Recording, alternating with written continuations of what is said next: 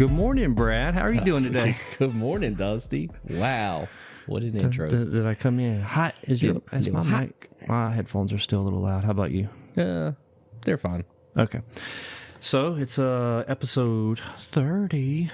Is it really? Episode 30. Although I guess technically it would be like we don't... like 32 or 33, but we don't count the special guest episodes. Oh my. My mic dropped. Dropped the mic. Not in a good way. I got it now. Did you fix it? Hold on. Let me get my... Coffee is done. Coffee. We have a lot that we could talk about. Believe it or not, this could be an episode where it just seems like it's all over the place. Shocking. Believe it or not. I want to get better about just jumping right into it, but also I enjoy our little banter back and forth. You know what we could start with? What can we start with? The reminder of how to get a hold of us. Someone asked, benchjewelermemes@gmail.com. We love getting the emails. We actually have a few, Brad. I read them about 45 seconds ago, so we probably won't have time to get to it. I'm going to skim. Oh, I wonder. Oh, yes. All right. I'm going to see if AI can skim this. Lisa emailed and said, Lisa provided positive podcast feedback and topic suggestions. Oh. Lisa mentioned hating family rings and customers' unrealistic repair expectations. I wish it would have gave me a little bit more, because I'm just going to highlight some of the parts of the email that I was just skimming it. I'm sorry, Lisa, we will go back and read this and take it more seriously, but right now I'm skimming it, and it said, you guys make frustrating situations comical. Plus, Brad has the best laugh. Aww. And of course, the coffee pour, Dusty. Yes. Hearing other jewelers and their stories is always interesting. Shop talk, we love it. And then family jewelry sucks. I mean, can we just? I mean, yeah, whatever. We don't want to. But she said that last week's podcast was 100% accurate. I don't even remember what we talked. Oh, it was just about the durability stuff. When is it not 100% accurate? I know. That's what we do here. Bring in the accuracy. 100. We are 110% accurate 90% of the time. Math works out, trust me. It is just great to hear someone say it.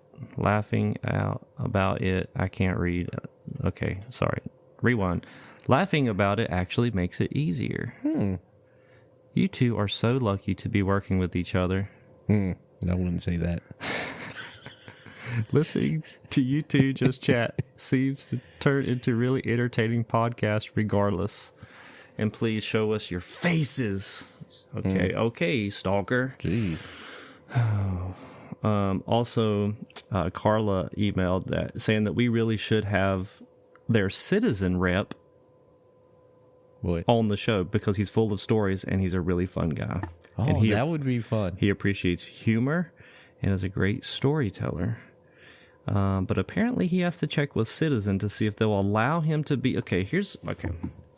Hold on. Do you have to think about the word humor like you have to think about the word human? I don't know. Did I mispronounce it? No, you didn't. But it just...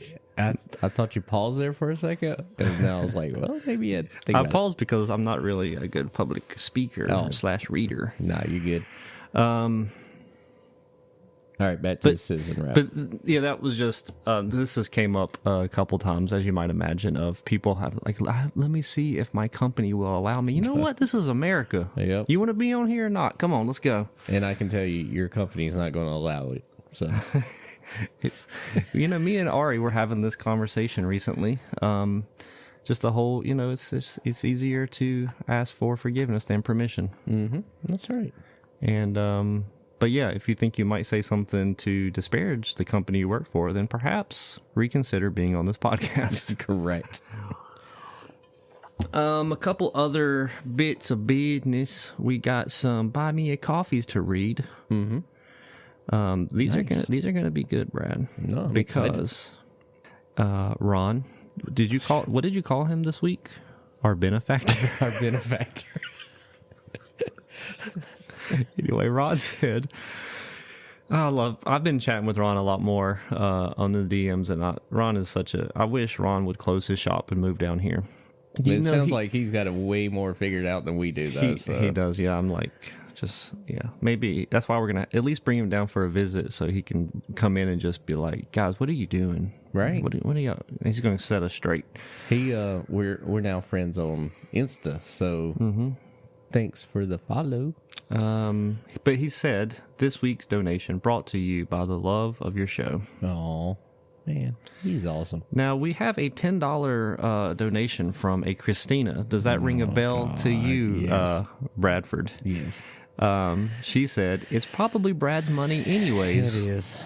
Yeah, my wife took money out of your paycheck and sent it right back to us. I told her, I'm like, you do realize that the Buy Me a Coffee website takes a certain percentage of that. So you basically just gave them money. She could have just left it alone. She said, not to be outdone, my wife donated $10,000 to, I'm just kidding. I asked Christina, I was like, why in the world did you give us $10? She's like, Dusty's great. He supports us. And I said, F Dusty. He did. I did. So this one made me laugh because instead of having a name, it says, I know who it is though. I'll let you guess. The Buffalo Wild Wings Touch Tunes app sent us $10. And it says, yeah, I'm going to need to hear Chasing That Neon Rainbow, Alan Jackson, please. That's Wait, David. Is this the right app? Siri, call Barb. Yes, David, I think. Yes. I'm going to need to. If we could play that without getting like a copyright infringement, we probably would. What if you just sang it?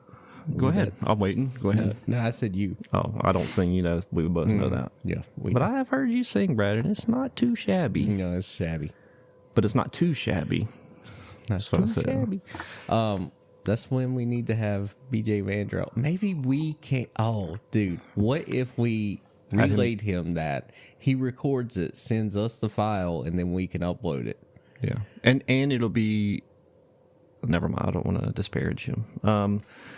Melanie dropped us a $5 and said, I'm good with the hour-long episodes, but I need daily podcasts to get me through all these repairs. Please and thanks. We would love to. We would. I mean, that's the goal. Less jewelry, more more potties.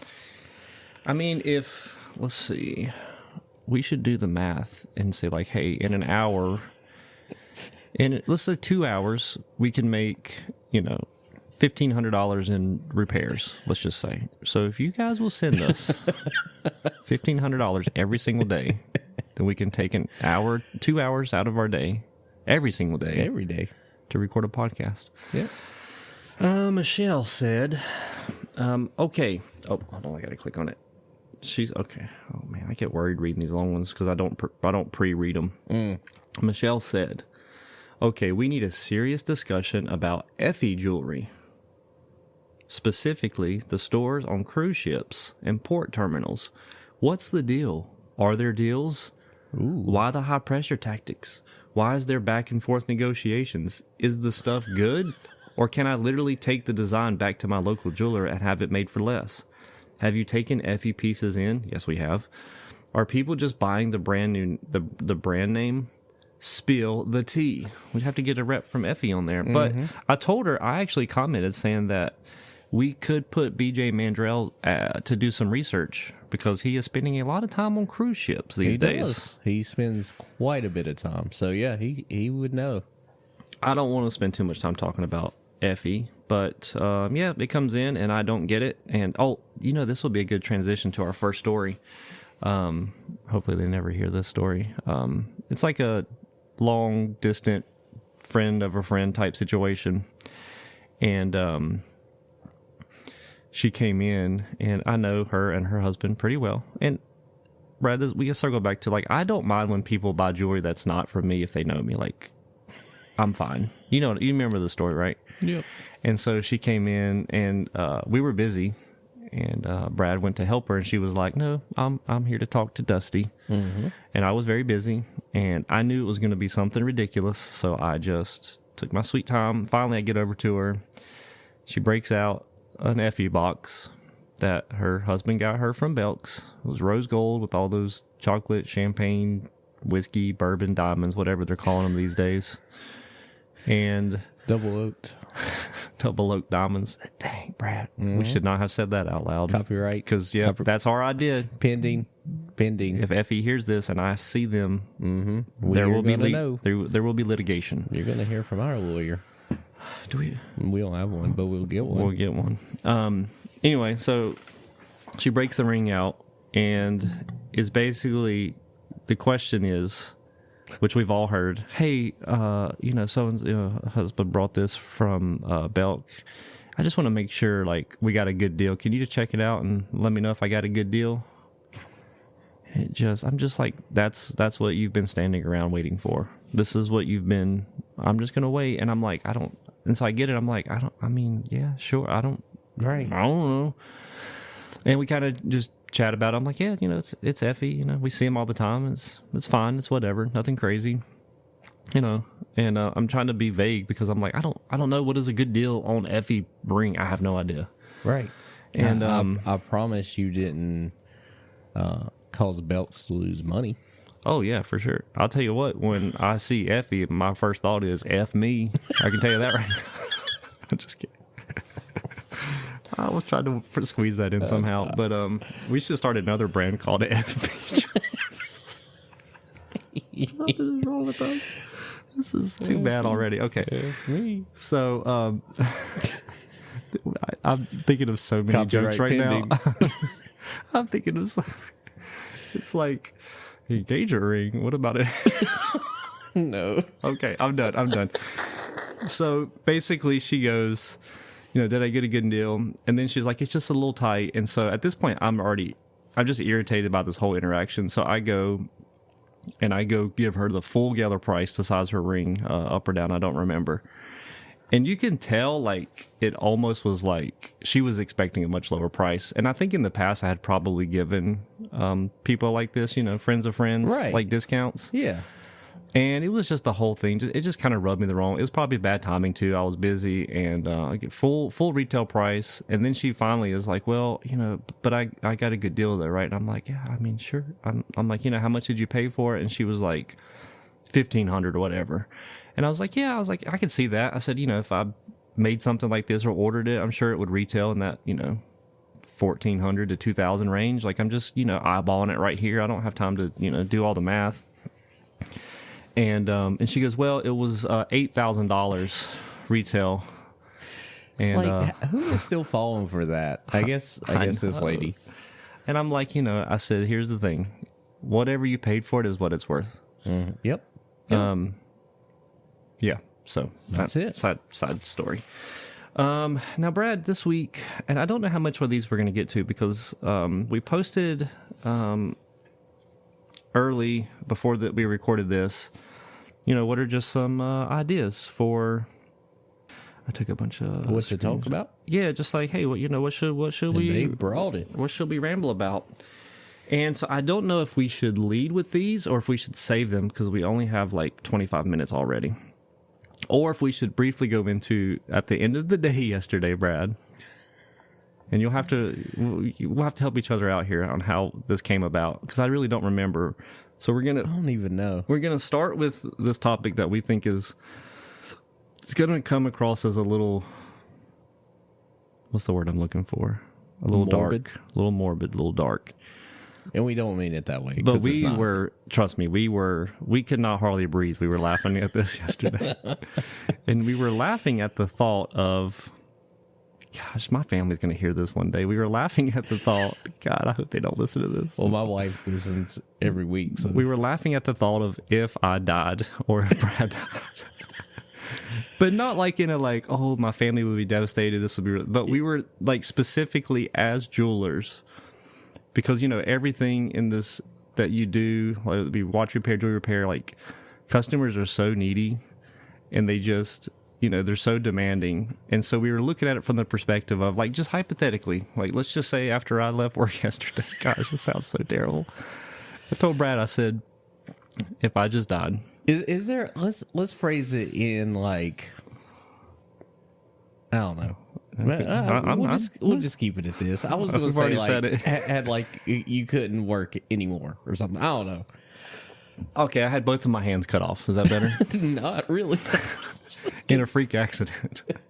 That sounds a lot better than dying. So, what? But no, we'll just go dying. So, oh wow, okay. Like 80% of the people would be like, "Oh my gosh, that's horrible." Oh, 80%? Yes, maybe. No, I followed closely the 80-20 rule. I do think 80% would say that. Like, oh my gosh, I'm so sorry. I do think most people would say that. But what's going through their mind, Brad? Because here, I put it in the context of, like, if I play this out, so today is the day Brad walks into work, he has to come in knowing Dusty ain't coming in. Whether it be forever or the next year until his hands grow back. And so I think it was funnier when we were talking about me just not existing anymore. Right. Because some of the jokes involve me standing in line ahead. Yeah, I think so. So, yeah, let's go back to that. So, I'm gone. And I'm like, Brad, do you realize what that would be like? Like, I would feel so bad because I know what he would have to, like, here's where my mind went. Not, God, my family, like, they'd be devastated. It was like, man, Brad would have it so rough the next day after I died. Because he'd have to come in here and just be like, man, I don't, he does all these repairs, but he's like, I don't set stones. So, man, there's a lady that's, she was going to pick up her stone setting today. So, yeah, customers be like, oh my gosh, that's so sorry. I'm so sorry about that.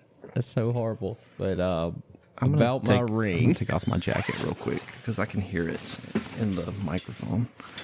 But yeah, obviously they would be like, "Oh my God, that's crazy," but you know what they would be thinking? Yeah, they're in their head. They're gonna be like, "Oh my gosh, I can't believe that." So when do you think my ring would be ready for pickup? So I've had not experience with this, but kind of because you've been out. Like a few months ago, your daughter was up all night. Y'all had to take her to the emergency room because she was having problems breathing. Mm-hmm. And so I get to work, and basically at that point it was like, hey, my daughter's been in the emergency. She's having problems breathing, blah, blah, blah. So I'm telling the customers this, and, most of them are like, oh my gosh, that's crazy. I hope she feels better. But there's always, oh my gosh, that's crazy. I'm so sorry. I need that. But ring. I really needed that ring. I really need it by this weekend. We were going to go out of town. Do you think it'll be? It's like, and this is, we made these, and we said we'd talk about this too because it kind of came up with Sherman. We've mentioned him in early episodes. My grandfather-in-law. He was a watchmaker for 60 years, and so, yeah, he accumulated a lot of stuff. And as we all know, there's, especially with watches, people just, it's a really big deal to get it fixed. And then you just, 2 or 3 years go by and you still have their watch. Mm-hmm. And even kind of, thankfully, since he's passed away and he's been removed from the business for, a few years now, it doesn't come up that much. But we still get an old timer that comes in here, an old boomer, and is like, man, Sherman was working on a watch, and I'm like, when? Right. And it was like 2003, and I'd really like to get that back. I don't know if he ever fixed it, and I'm like, I don't even know what to tell you. Like, that was his own separate business. That wasn't me, right? And he's been gone for years. And when he was here, why didn't you check on it? For the 20 years that he had it. He probably did. He probably wasn't done. Still waiting on that part. Because we have this one guy. He will come in, I don't know, every couple of years and just check on, hey, did you ever find that watch? And I'm like, what do you want me to do? Go to his house? And even if I did, I don't know what I'm... Mm-hmm. Just can't... no. I'm sorry, I guess, but for the fact that you haven't had it in your possession for 20 years just lets me know that it's probably not that big a deal. And it probably ain't coming back. definitely ain't coming back. But then we were kind of laughing yesterday just about like how, like I would just somehow me standing in line to get into the pearly gates, I would just be like, man, gosh, I really left Brad in a bind. Because Miss Thompson, she is going to be so pissed when she finds out that her ring's not going to be ready. And I was making a joke about like, just kind of like raise my hand, but I'm sorry, St. Peter. I don't know how this works. Can I get a message to Brad? Because he is not going to know. What did you say? Like, he's not going to know that I left that ring in the tumbler. It's in the tumbler, Brad. It's in the tumbler. It's real small, though. Can we tell him in his dreams? Like, how does I need work? to get this message to him because Miss Thompson is not nice. And she is not going to care that I'm dead. Not going to be in this line, just so you know. Ooh. Oh, hot take. I thought we were just going to keep And doing so, hot takes. like, I don't know. I thought this would be a longer, funnier story, but it was funny to us yesterday. But yeah, it's just like that's the reality of working in the jewelry industry, especially if you're a bench jeweler, and it's like everything constantly feels like it's a big deal. Mm-hmm. Which does, and so yeah. So if somebody's sick or hospitalized or on vacation's a little bit. Like, yeah, it doesn't justify them getting irritated because, like, oh, they went on vacation. Oh, it must be nice, blah, blah, instead of fixing my stuff. But it's like when it's like a illness or an untimely death, and it's like, people, I assume they genuinely do care. And they're like, oh, man, that's so sad. But you said my ring would be ready today. And this piece of paper says 16th on it, and so I'm just wondering when I'm going to get that. I mean, he had it for like 6 days. He wasn't dead for those 6 days. I mean, he just died? Like, was this like an accident? Like he just died this morning, or was he in the hospital for a week? Because he probably shouldn't have promised this for a week if he was, about to go to the hospital. Can I see it? Like, how far along did he get with it? Can you just send me a picture of it? Send me a picture. Dude, can we get into that? Like, the message you got yesterday? Yeah, I don't understand, like, people, it's like, they drop off a ring that's just destroyed, and all we're doing is repairing it. Hey, we're putting in a couple diamonds, and we reshaped it and polished it up and cleaned it. And instead of just coming to pick it up like a normal person, they have to email or text, hey, is it all done? I'm like, yes, it's all done. You got the notification, obviously. Mm-hmm. Well, can you send me a picture of it? Why? Exactly. Why don't we just come get it and you can see it? It's stupid. We get it probably once a week. People just wanting pictures of their fixed jewelry. I'm like, it's all done. Awesome. Can you send me a picture? No. I mean, sure, but why? It's the way it's supposed to look. That's what it looks like. Speaking of pictures of jewelry, Brad. Oh, Lord. You know this story, don't you? I do. So for this is going to sound like it's an advertisement for the Edge. And sure, it can be. Actually, that came up on one of our little topics that people were asking about. Came up a couple times. David Geller and the Edge came up. So I have a love-hate relationship with the Edge. I think it is. This is going to tie into, I think, David's question just about, what did he say? He said something about, like, how much information we have to put in to the Edge. Where did it go? Okay, never mind. Forget I said that. And so, when me and you both came from a place that was kind of like a quick fix type place, and everything was just handwritten, and you just quickly write their name, phone number, and like basically be like ring, and ring size 7, and because they were coming back in an hour, and it was not. I guess we probably still got us in trouble occasionally, but mostly because it was coming back in an hour, you keep the ring with that handwritten little ticket, and it's done. They pick it up an hour later. Well, with the Edge, it's you add about 17,000 steps to take in a job, which feels like a lot. But there's sometimes when you do it correctly, you take the picture of the before when they drop it off, and you describe the ring, and you have a picture of it, and the client gets a picture of it, and now you have a picture of all the repairs you've done since you've purchased the Edge. And so now I don't know how this story started, because it started back. We actually brought this up on the last episode. It was if you were listening, it was the lady that had the opal ring.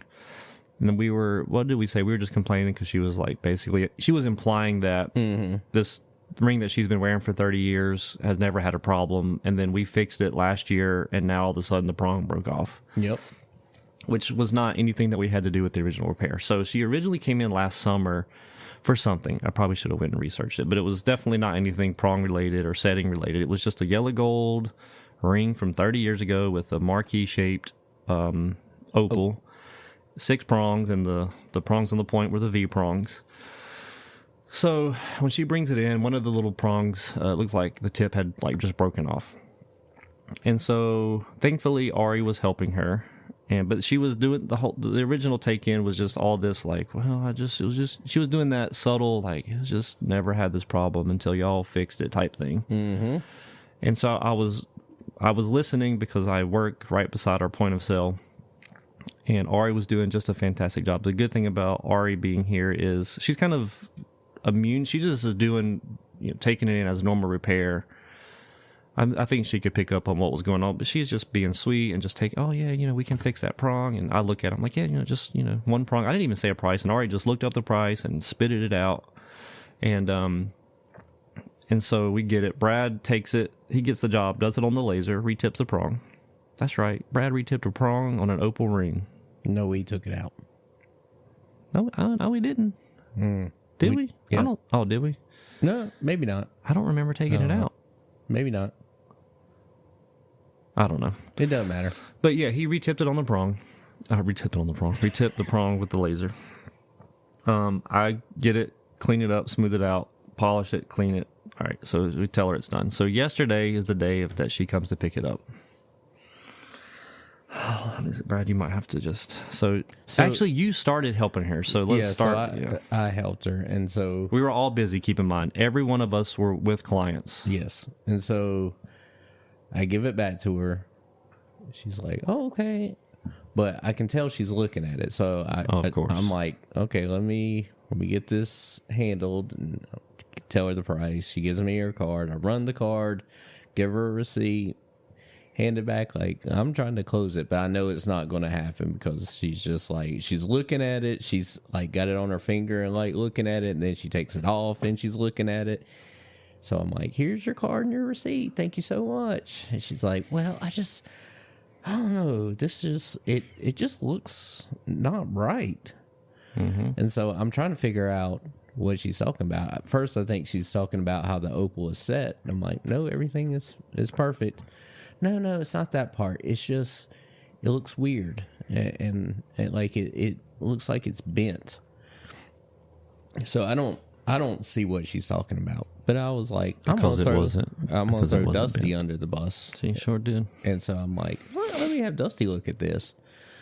And so Dusty comes out and he takes a look. So yeah, I walk up and I said, all right, so explain to me what's going on. And she's like, well, it just looks like it's bent or crooked. And I grab the ring. And so keep in mind, it's not only is it a yellow gold marquee shaped opal, but it's a bypass ring. So, part of the shank goes towards the top of the tip of the marquee, and the other part of the shank goes to the bottom of the marquee. Mm-hmm. I'm doing that thing where I burp again. Yep. So it kind of has that bypass look. So it kind of has the illusion of being like, offset. I don't know how else to describe it. Right. You guys can picture it. So basically, if you look at it from one direction, it does look offset, and if you look at it from the other direction, it does look offset. Yeah. And so basically she's like, and she's like, I'm like, well, I was like, yeah, I see we're talking back and forth. I'm trying to understand to make sure what she's saying is valid, and I quickly realized it is not. And so I'm like, so she lays it down and she's like asking me to look from the underside of the ring and like how the cutout is just slightly, leaning one direction or the other. And I'm just like, man, that's how the ring is designed. Like, I don't know. So then she starts implying that maybe our tools bent it. Mm. And I'm like, so now I'm like, well, I don't even know what that means. I'm like, I guess in theory, with you not being a jeweler, that seemed like a fair question. I said, so then I start walking her through. I'm like, okay, so with this repair, Brad holds it in his fingers inside that laser, and I point at it and retips the prong. And then I hold it in my fingers to polish the prong. And then Brad holds it in his fingers to polish the ring. And we put it in an ultrasonic bath, and then we steam it. Right. This is not a diamond that we're pushing against. Yes. So, I'm like, so there was no tools involved. I'm like, I said, but I'm going down that rabbit trail of like, man, I was like, this is how the ring is made. I said, it's a bypass ring. It's meant to look like this. I said, I'm like, maybe, I guess if we dropped it and stepped on it and tried to pass it off. I'm like, but honestly, if we did that, the opal would have broken. Right. Like, it's a super thin opal, cabochon cut. And I'm like, anything that we would have done to have potentially do what you're suggesting, then I would have had to replace the opal, and I just would happen to replace it with the exact same opal size and shape and color that you have. Like, that it just doesn't. And I'm trying to, empathize with her the best I can, but she's irritating me because what she's saying is not true.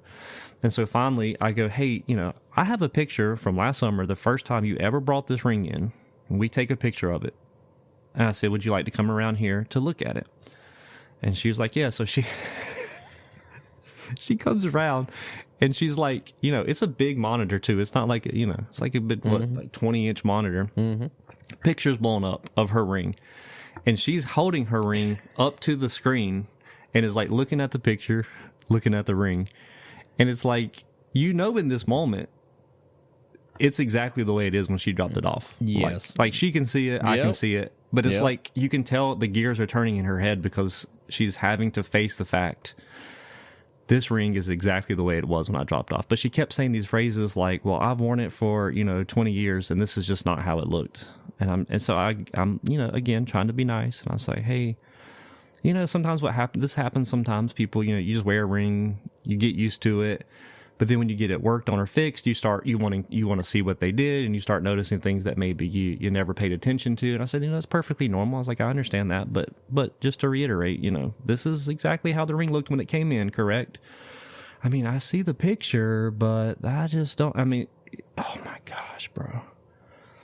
Like, she would acknowledge, yep, I see the picture. I see it looks exactly the way it did when I dropped it off.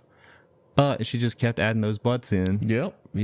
And then there would be these long pauses of her just staring at it, and then me just staring at her. And we're just like, we should cue the old Western music. You know the one. Yep. I won't do it that way. I'll see if I can add that in later. And it's just like a standoff, and I'm like, I don't know where we go from here, because clearly there's nothing wrong with your ring. That's how it was made. You have a picture. I have a picture. We all have a picture of what this ring looked like, and it looks exactly the way it does right now. And she was just like, this is just not how it looked. And I'm just like, it is literally how it looked. Because I have a picture of it. I know. I don't know what to tell you. So this was the cherry on top of this conversation. So I'm typing notes in the Edge because I want, anytime she comes in the future, I want there to be a pop-up. Love this feature, because now if she ever comes in, you search for her name, it'll pop up a note. And I do this for people who drive me insane or accuse me of doing something that we didn't do. I want to know who I'm dealing with if they come in 2 years from now. And so I'm just typing away. And I think she's thinking I'm like doing something. I'm just like, I said, what, I won't even charge you for the repair. I was like, we didn't do anything, but I want you to at least try to be happy about the repair. I was like, I won't even charge you for it. Well, no, I don't.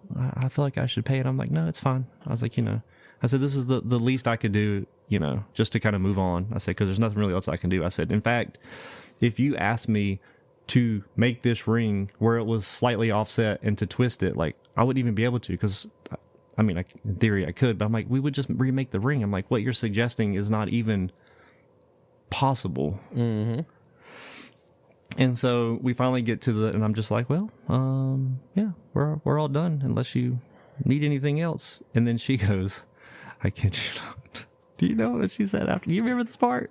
I don't know. She goes, oh, actually, I do have one more question. Oh, yes. And I'm like, okay. And so she starts grabbing her necklace. It's a little diamond cross with a little thin chain, white gold. Yeah, I got this cross from you guys, and it's just every single day the lobster class keeps working its way down my neck and towards the bottom. Oh. And I'm like, oh yeah, I was like, yeah, that's that's a pretty common problem. I was like, just the lobsters, it's a little heavier than the chain sometimes, and it can work its way down. I don't know. I just never had that happen with other necklaces until I bought this one. And I'm just like, oh my, I'm about to go to jail. I'm about to punch a lady. And I'm just like, so I grabbed my necklace, which is, I don't know, 10 times heavier than hers with a pendant. And I'm like, ma'am, every day I take my necklace off when I get home, the clasp is down at the bottom. I'm like, that's just gravity. And then we started singing John Mayer. And I'm like, there's literally a whole song about it. I'm like, I don't know. And so like her final little parting thing was, I'm going to complain about this thing I bought a year ago and how the clasp, worked its way down my neck. And I'm like, oh my gosh. I've never wanted to hurt someone so bad in my whole life. Oh. We just wasted almost a whole episode. We sure did. On silly stories. But we have a whole bunch of topics we can talk about for the next episode. We're going to keep that posted. We might just repost it and cherry pick some stuff. Was there anything that we didn't get to? I mean, we still have a few more minutes before. Keep in mind, everybody, we get new listeners, I think, all the time. Obviously, our names are Brad and Dusty. We are bench jewelers. We are in the weird position of it's mostly just us. We have a part-timer. We can go, because when the part-timer's not here, we go from sizing a ring to changing a watch battery to selling an engagement ring to talking custom to watching people spend 30 minutes looking at, silver pendants for $50. So we get to experience the whole gambit of a jewelry store. And so, yeah, that's all the fun things. And the reason that we have to cut this off in a couple minutes is because we have to, as soon as we hit stop on the recording, we have to turn on the lights, open the door, and probably help a battery customer, because that's typically the first thing we do every single day. Mm-hmm. Not by choice. Nope. But that's how it happens. Also, I wanted to briefly just complain about, obviously a lot of people know us from Instagram. We are on Facebook. I don't spend a lot of time keeping up with everything on Facebook, but we had some grouchy people on Facebook. Boy, the Facebook audience is it must be just boomers, man. Yeah, it's just boomers. It was just the one about the lady screaming because somebody walks in 5 minutes before they close and they're just looking. And man, Jim and Gina, geez, they were just like, oh, well, that's the problem is your sales staff, if that's how they're going to treat people. And I'm like, you missed it. What that's about. And so Jim goes, he said, if this is your salesperson, that is your problem. And I said, I'm not sure what that means, Jim. He goes, so you're saying if you had a salesperson who acted like this, it would not be a problem. And then I go, what I'm saying, Jim, is that this is a meme. Jim. And if you can't tell it's a joke or you don't think it's funny, then you don't need to add your input. Yep. And that's how I feel about that. Just skip it. Don't even laugh. I did not. Move on. I don't mind blocking people. I know we've said this. I know we've said this many times. We have a good heart and we say stupid things and we're immature. And before we go, everything that we do you're not going to think is funny. That's fine. Hopefully a majority of what we do you think is funny and enjoyable. But, that's the hope. Occasionally it won't be. And that's fine. Just come back tomorrow. Maybe we'll have something funny going on tomorrow. That's Sound good? Man, well, Brad, somebody hurt you badly, Dusty, apparently. Whatever. All right, we're running out of time. We got to open this shop. All right, you guys have a great week on the bench and in your jewelry stores, and we'll see you next week. Bye.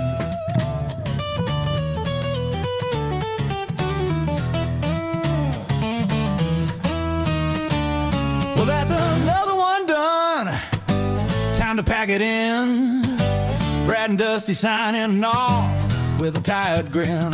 Got stones to set and prongs to fix before we're through. Thanks for hanging with us. We'll complain to you next week too. Back to the bench. Back to the bench. Where the sizing jobs are endless and the deadlines make you clench. We'll be right here, torch in hand. Two guys trying to understand why every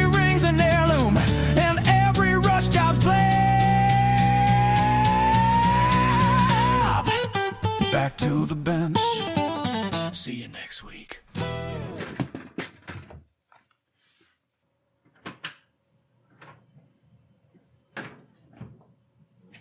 Let's turn our gain just up a tiny bit. Just a tiny bit. I'm going to try to get most of this coffee prepared.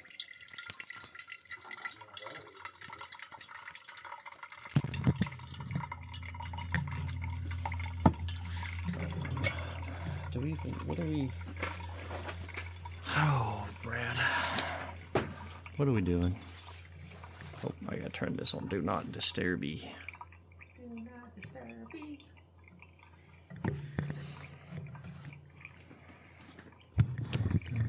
Disturb me on my phone too, because I am the worst. Alright. I've got my headphones on, Bradford. Me too. Is it hot? It's a little hot. A little hot. Yeah, hot. I did turn this up just a tad because it seemed like we were getting a little soft. Yep. Wait. You just let me know when you're ready. I'm all. What the heck? I'm gonna get you a new boom arm because you're driving me insane. Well, it's like it's not staying where I put it now. You have to kind of over tighten it and spin it the other way, if that makes sense. I usually do that for you because I'm a gentleman. Give me come fix it. Gosh. No, what do you mean? Oh.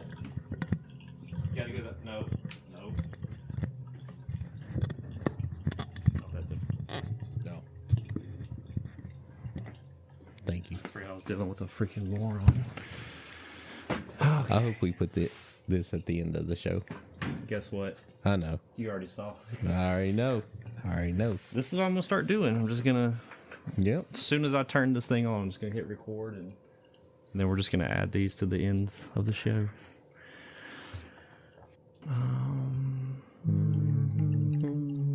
See if we can harmonize.